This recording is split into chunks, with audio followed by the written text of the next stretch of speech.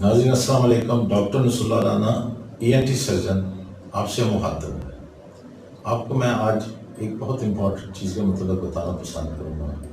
وہ یہ ہے کہ ناک، نوز اس کو کہتے ہیں. نوز کی جو شیپ ہے اس کا بڑا امپورٹنٹ رول ہے. 80% جو انسان کی بیوٹی ہے وہ چہرے پہ ناک کی وجہ سے ہے. میں نے میو ہاسپٹل جو پاکستان کا سب سے بڑا ہاسپٹل ہے یہاں طویل عرصہ کام کیا، ناک کے سینکڑوں آپریشن کیے. پھر اس کے بعد یہ جے روڈ پہ میرا جو رانا ENT سینٹر ہے، یہاں پر خاص طور پر ناک کو بیوٹیفائی کرنے کے، ناک کی شیپ کو امپروو کرنے کے لیے بے شمار بچیوں کے کیے. ماشاءاللہ جن کی شادیاں نہیں ہو رہی تھیں وہ اللہ تعالیٰ نے اس قابل کیا، وہ اپنے اپنے گھروں کو چلی گئیں. اور بعد میں میرے لیے مختلف لوگ تحفے طائب بھی لے کے آتے رہے کہ ڈاکٹر صاحب بڑا اچھا ہے جی، ساری بچی کا کام ہو گیا.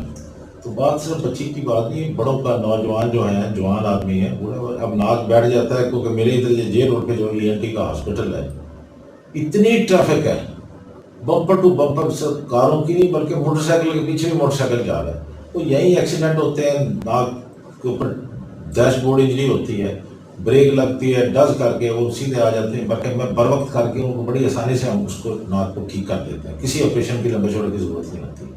لیکن ہر بندہ اتنی ایزیلی فیسلٹی کے پاس نہیں ان کا ایکسیڈنٹ ہوتا. بیچارے کو دور ہے، دراز ہے، کسی کا پنڈی بٹیاں کے قریب ہو گیا، کسی کا سرگودا کے قریب ہو گیا، کسی کا پاک پٹن کے قریب ہوا. وہاں سے آتے ہوتے مسائل پیدا ہو جاتے ہیں. یہ بس میں نے آپ کو بتانا تھا. ہماری جو لب دا نوز کانفرنس تھی، میں نے پاکستان کو اس میں ریپرزینٹ کیا.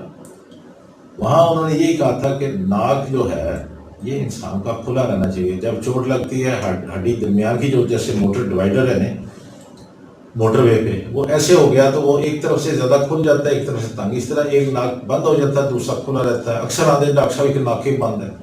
اس کو ہم اپنی زبان میں کہتے ہیں یونیلیٹرل نیزل obstruction. اس کے لیے پھر جاپان کے بھی ENT سرجنز آئے ہوئے تھے میرے ساتھ، مریلا میں بیٹھے ہیں، آپ دیکھ سکتے ہیں. انہوں نے کہا جی اس کی پھر رائنوپلاسٹی کریں. ایک رائنوپلاسٹی، اوپر سے جو درمیان میں سیپٹم ہے اس کو سیپٹوپلاسٹی، اس کا پھر جڑواں نام بن جاتا ہے سیپٹو رائنوپلاسٹی. یعنی ناک کا اندر سے ہڈی ہے اس کو بھی کریکٹ کر دیا، اوپر سے شیپ کو بھی ٹھیک کر دیا. اللہ کی مہربانی سے اس چیز کے اوپر ہماری سب سے جو دوسری بات ہوئی ہے ناک کی شیپ کے لیے، وہ تھی نوز 2000 بیانڈ کانفرنس. دنیا کا جو سولو سپر پاور ہے، پاکستان سے میں گیا ہوں امریکہ میں، واشنگٹن DC میں. وہاں پر میرے ساتھ یہ امریکہ کے جو رائنالوجی کے پریزیڈنٹ ہیں ناک کی بیماریوں کے، پروفیسر کیرن، وہ کھڑے ہیں. انہوں نے زور دیا کہ ناک میں اگر رکاوٹ ہے، صرف کاسمیٹک نہیں، شیپ کو بھی ٹھیک کریں، لیکن اندر سے جو رکاوٹ ہے اس کو بھی دور کریں. یہ ان کا سلوگن تھا. وہاں پر یہ میرے ساتھ انٹرنیشنل ڈیلیگیٹ ہیں، کوئی جرمنی سے آئے ہوئے ہیں، کوئی اٹلی سے آئے ہوئے ہیں. Stand with them. تو سلوگن یہ تھا کہ ناک جو ہے وہ موٹر وے کی طرف کھلا ہونا چاہیے، سانس جانا چاہیے اور سانس آنا چاہیے. آدمی 1 منٹ میں 20 سے 25 دفعہ اس کو سانس لینے کی ضرورت ہے. اور زندگی کا آغاز بھی ناک سے ہوتا ہے، اختتام بھی. جتنا مسافر ہو گئے، یعنی کتنی بڑی یہ ناک ایکٹو رول پلے کر رہا ہے کہ اس کو ریسٹ ہی نہیں ملتا. یہ رات کو سوئے ہوئے بھی آپ کے لیے کام کر رہا ہے. اس کے بعد پھر مجھے لندن میں جانے کا موقع بھی ملا ہے. وہاں پر یہ ہاؤس آف لارڈز میں آفٹرنون ٹی تھی. وہاں پر جسیلا اسٹیورٹ جو ممبر پارلیمنٹ ہے لندن پراپر سے، انہوں نے مجھے وہاں بلایا کہ ڈاکٹر صاحب آپ سارک کو ریپرزینٹ کرتے ہیں، سارک کے پریزیڈنٹ ہیں ENT ایگزیکٹو باڈی کے. SAARC conference, 3rd SAARC conference Lahore میں کروائی ہے. پھر سارک ENT کانفرنس کا یہ بڑا امیج تھا کہ اس کی اناگریشن دلی میں نے اشوکا ہوٹل میں کی، جو دنیا کا سب سے بڑا ہوٹل ہے. ان کو خیر وہ آئے ہوئی تھی کبھی تو انہیں ساری چیزوں کا پتہ چلا. شی انوائٹڈ می دیر. وہاں پر یونیورسٹی آف لندن کے وائس چانسلر بھی آئے ہوئے تھے. آفٹرنون ٹی وہاں پر کہتے ہیں، ایوننگ ٹی نہیں بلکہ آفٹرنون ٹی. اور باقی جو تھے مختلف اداروں سے ڈاکٹر حضرات بھی تھے، انڈسٹریس بھی تھے، یعنی سول سوسائٹی کے ایلیٹ ممبرز دیور تھے. ایک بڑی اچھی شام تھی. اور ساتھ ہم نے ادھر ریور ٹیمس، تو we had a good discussion. میں نے then I told to the سی آڈینس کہ I am from King Edward Medical College. They were very much happy. ایک کنگ ایڈورڈ جو تھے انہوں نے اپنے اس وقت 1860 میں he was the king of the whole British Empire. یہ آپ دیکھ سکتے ہیں فوٹوگراف. اس میں میں نے پڑھا بھی ہے، اس میں میں نے پڑھایا بھی ہے. اللہ کی مہربانی سے مجھے موقع ملا کہ آئی ٹاٹ دا MBBS اسٹوڈنٹس. یہاں آپ دیکھ بھی سکتے ہیں کہ پرنسپل جو ہے KE میڈیکل کالج کے پروفیسر اتحاد صاحب کے ساتھ میں جا رہا ہوں. However, وہاں پر انہوں نے میرے سے کافی سوالات کیے کہ جی آپ کے مسائل کیا. میں کہ جی ہمارا تو سب سے بڑا مسئلہ سننے کا. انگلینڈ امریکہ میں لوگ ارلی ڈائگنوز ارلی ٹریٹمنٹ کر کے ٹھیک ہو جاتے ہیں, لیکن ہمارے کوئی نہیں جی بچہ تھا ماما بھی لیٹ بولے سیدھا تایا بھی وہ گھر میں بیچارے گاؤں میں بیٹھے ہیں, کوئی کوٹ مومن میں بیٹھا ہے, کوئی میرے پاس صبح بکھر سے بھی مریض تھا, وہ بکھر سے آیا ہوا ہے. بیچارے سیدھے سادے سے لوگ ہیں, بیٹھے ہیں, زندگی گزارتے ہیں, ان کو نہیں پتا کہ یہ بعد میں کیا مسئلہ بن جاتا ہے. اور بلیو کریں کہ ہیئرنگ کے لیے میکسیمم انہوں نے انٹرسٹ شو کیا. پھر انہوں نے کہا جی آپ ڈائگنوسٹک فیسلٹیز کو امپروو کریں. میری ان سے کراس ٹاک ہوئی, کافی ہماری اچھی ڈسکشن رہی. یہ آپ دیکھ سکتے ہیں جسیلا اسٹیورٹ جو ہے ممبر پارلیمنٹ ہے, وہ میرے ساتھ کھڑی ہیں. She was very kind to me. مجھے انہوں نے موقع دیا وہاں پر اتنے سارے لوگوں کے ساتھ مل بیٹھنے کا. اور میں نے کہا کہ یہ ہمارا جو کنگ ایڈورڈ ہے, یہ آپ لوگوں نے آج سے کتنے دیر پہلے first medical college in the whole area Calcutta میں, وہ لوگ the British people they came first, وہاں پہلا میڈیکل کالج بنا. اس کے بعد سیکنڈ ون از ان لاہور. دلی میں نہیں تھا کوئی, نہ بامبے میں تھا, نہ ان کے جو باقی شہر ہیں اس میں نہیں تھا. پاکستان میں بھی کراچی یا یہ مطلب پشاور یا اسلام آباد تو خیر اس کو ہوتا نہیں تھا. میڈیکل کالج پہلا جو ہے وہ لاہور میں بنا, کنگ ایڈورڈ میڈیکل کالج. اس کے ساتھ میو ہاسپٹل ہے اس میں. الٹیمیٹلی انہوں نے مجھے یہی کہا کہ آپ اس کے اوپر کام کریں, ہم اپنی طرف سے کوشش کریں گے, آپ کی ہیلپ آؤٹ کرتے ہیں. مجھے وہ لیکچرز کے لیے انہوں نے 2-3 جگہ اور بھی بلایا. میں نے وہاں پر لنڈن میں مختلف جو تھے جو گیدرنگ تھی ان کو سار کنٹریز کے مسائل کے لیے سب سے پہلے سننا, دوسرے نمبر پہ پھر کان کا ایئر ڈسچارج, کان کا بہنا, تیسرا الرجی کیونکہ پولوشن یہاں بہت ہے.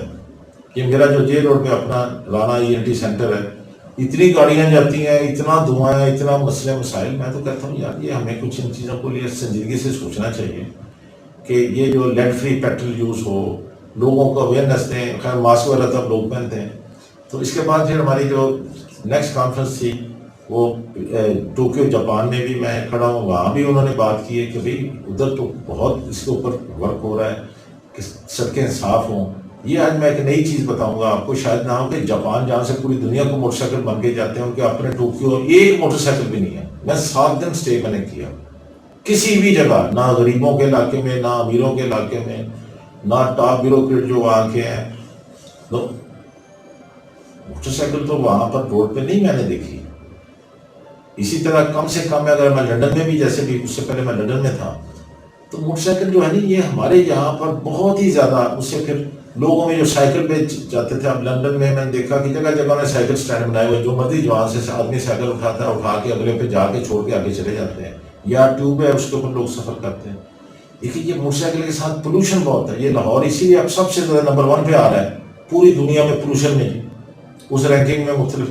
حالانکہ یہ city of gardens, school and colleges, اتنے درخت ہیں, اتنی زمین زرخیز ہے یہاں کی, وہ دلی سے کم نہیں ہے. میں دلی میں گیا ہوں, دلی جسٹ لائک لاہور.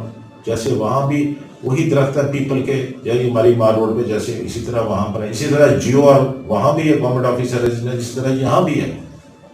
میں نے کمپیئر کر کے دیکھا کیونکہ وہ بھی انگریزوں نے بنائی ہے, یہ بھی انگریز بنا گیا. یہاں کی G O R, government officer residence, Mall Road, King Edward Medical College, Punjab University, NCA, آپ چلتے جائیں, Lahore High Court, such a graceful building, اور ساتھ یہ کہ پیپل کے درخت ہیں.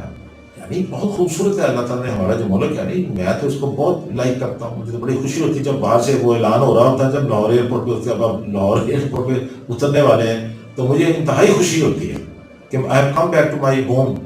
تو اس لیے یہ جو خطہ ہے یہ ہمارا پاکستان کا اور سارک کنٹریز کا, یہاں پر میری فیلنگ یہ ہے کہ تھوڑا سا لوگوں کو لائف سٹائل چینج کرنا چاہیے. اور خاص طور پر جو ناک کی جو انجریز آتی ہیں وہ ساری کی ساری ٹریفک کا جو بے تحاشا ایک طوفان ہے, بدتمیزی ہے, ہر جگہ چلے جائیں, ٹریفک, موٹر سائیکل, پنڈا چلے جاؤ, شہر چلے جاؤ, ایک موٹر سائیکل ہے اس کے پیچھے دوسرا. بھائی اس کو آپ اپنے جسم کو تھوڑی سی حرکت دیں. اب میرے بھی ادھر جو ملازم ہے, ایون میرے ہاسپٹل میں جو سویپر ہے اس نے بھی موٹر سائیکل رکھی ہوئی, یہ میں آپ کو فٹ بتاتا ہوں. کسی کے پاس سائیکل نہیں, اب سائیکل ویسے ختم ہو گئی, اور اس کا رزلٹ یہ ہوا کہ لوگ جو ہے دل کے زیادہ مریض ہو رہے ہیں. اب وہاں جب فزیکل ایکسرسائز نہیں ہوگی تو ڈیفینیٹلی پرابلمز ہو جاتی ہیں. ناک کی شیپ کے لیے جو فائنل ٹچ میں نے دیکھا ہے, جو میں نے سنا بھی ہے, وہ ہماری جو کانفرنس تھی ایجپٹ کی. اب ایجپٹ میں آپ میں گیا ہوں, دیٹ از ان کائرو, کہ ناک جو ہے نہیں اس کی ڈیفارمیٹی کو اگر بر وقت آپ ٹھیک کر لیں سائنوسائٹس سے بچ جاتے ہیں. ورنہ اگر ناک ڈیفارم ہے، سیپٹم بھی اندر سے ڈیویٹڈ ہے، then D N S is leading to sinusitis problem. اب سائنس کا پرابلم بہت ہی فضول سا ہوتا ہے، پھر بعض کا ناک میں پولپس بن جاتے ہیں. یہ بھی آپ دیکھیں ناک میں غدود بنے ہوتے ہیں، وہ چھینکیں آتی ہیں پولوشن کی وجہ سے، الرجی کا مرض عام ہے. یعنی ناک جو ہے نا یہ ایکچولی ایک پیسج ہے، اس کو کھلا رہنا چاہیے، اس کو ہم نے ٹھیک کرنا ہے. یہ ہمارا مختلف جگہ پہ مختلف لیکچرز میں نے یہی کہا ہے کہ ناک جو ہے یہ وہ عزو ہے جس کو ریسٹ نہیں ملتا. رات کو بھی یہ آپ کے لیے کام کر رہا ہے، یعنی سانس آدمی لے رہا ہے، تو اس میں اگر رکاوٹ ہے تو اس لیے دور ہونی چاہیے. Thank you very much.